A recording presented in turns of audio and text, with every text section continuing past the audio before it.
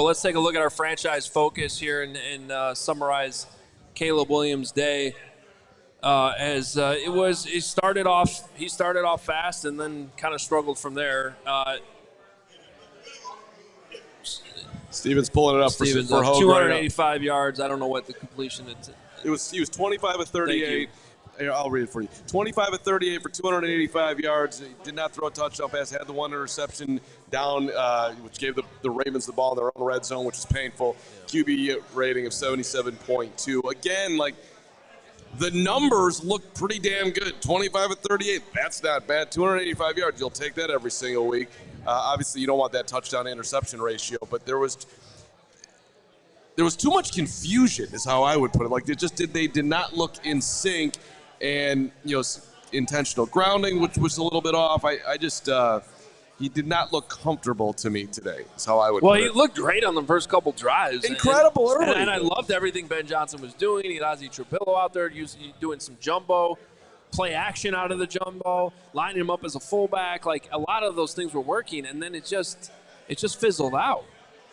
Yeah, you wonder, does he have to dumb it down in a sense? And no disrespect to him at any point, but it's not syncing together offensively.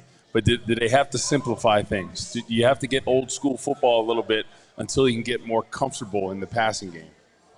You got to think of that. Because what we've seen the past couple of weeks since that Dallas game, we haven't seen any consistency with the best thing they got going offensively right now, outside of the run game the last 2 weeks, which was phenomenal, and Kyle Monunga running for 81 yards out of nowhere, that was fantastic. Of course, that was against the Saints.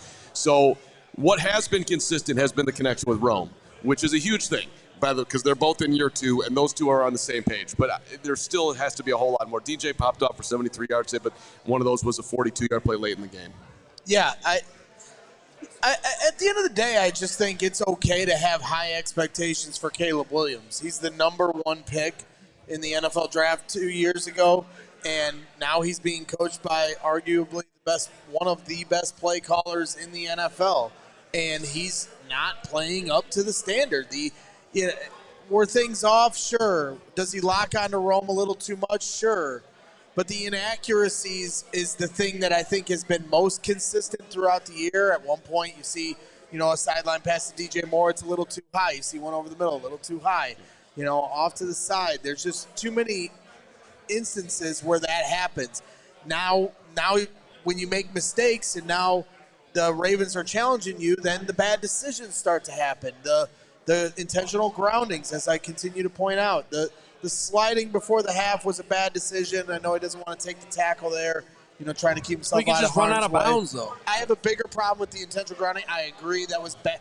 That's high school stuff. I agree with you. Get out of bounds. You got to know the situation. He's been pretty good about that this year. At one point, he slid to stay inbounds at the end of a game earlier this year. But everything just feels too sped up. I agree with you, Carm, that everything feels out of sync, not in rhythm. And so it is on Ben Johnson to find a way to get these guys back into rhythm, what he does best. Dumbing it down, what does that mean? Because the quick passing game is the thing he struggles with most. How are you going to be able to just let him call plays of what he's most comfortable with? It definitely feels like he wants to push the ball downfield. I also think he needs to run the ball a little more at times. He did at one point make a big play with his legs. You got a little more, not too much. I respect the fact that he keeps his eyes downfield, but take the yards that you can get at times, especially on first down. And early on in the game, you look at the first play of the game. What did they do? A bootleg, right, for a nice completion. Right. Then they set up the run game. So I think early on and throughout these games, until he gets more confident in some of the longer passes, you kind of have to dumb that down a little bit, right? Run right, run left, some boots, some play action, just to get him confident. Because early on, I know it was scripted plays, but he looked a different level of confidence in those first 2 drives than what we saw later in the game as the game went on. Well, and the margin of error is small for this team. It has been all year. They went on a blocked field goal. They went on a fumble by Jaden Daniels and a game-winning field goal.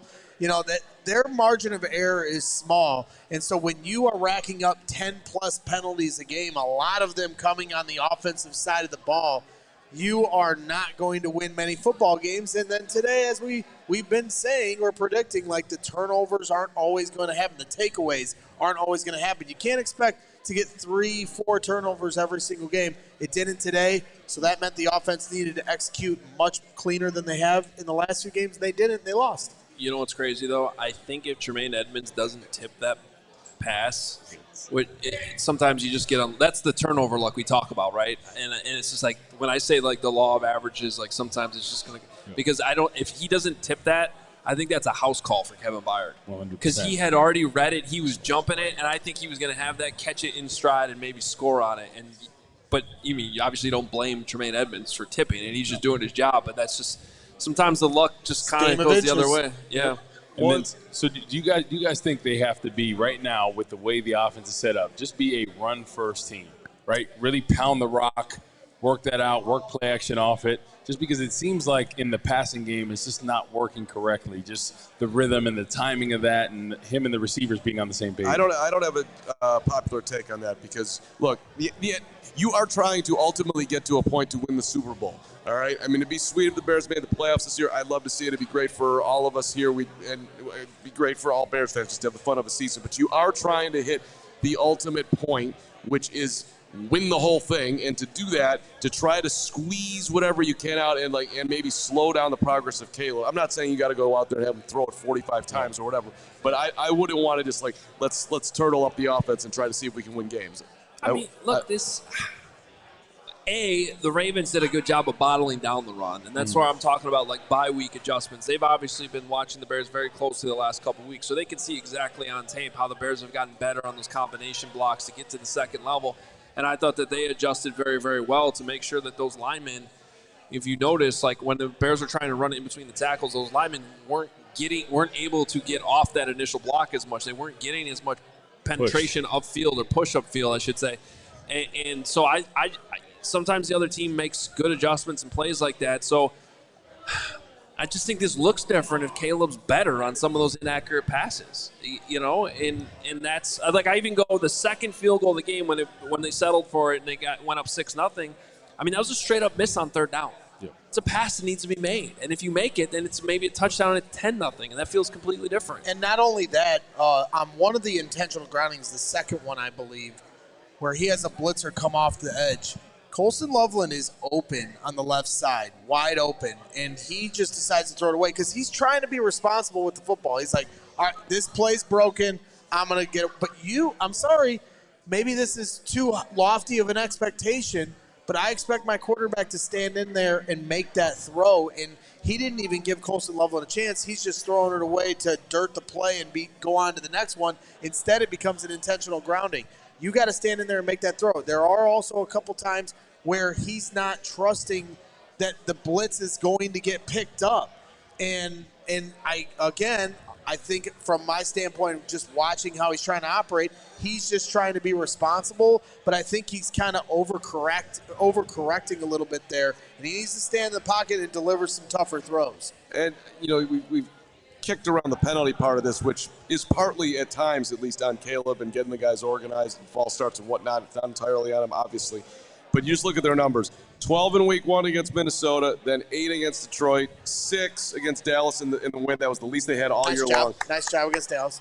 8 against Vegas, 9 against Washington, 10 against the Saints, 11 today. That's 64 total, 533 yards. So you're averaging, in what are they, 7 games divided by 533, whatever that is. That's, about 75 yards a game in penalties. And you can't be up towards 10 penalties a game.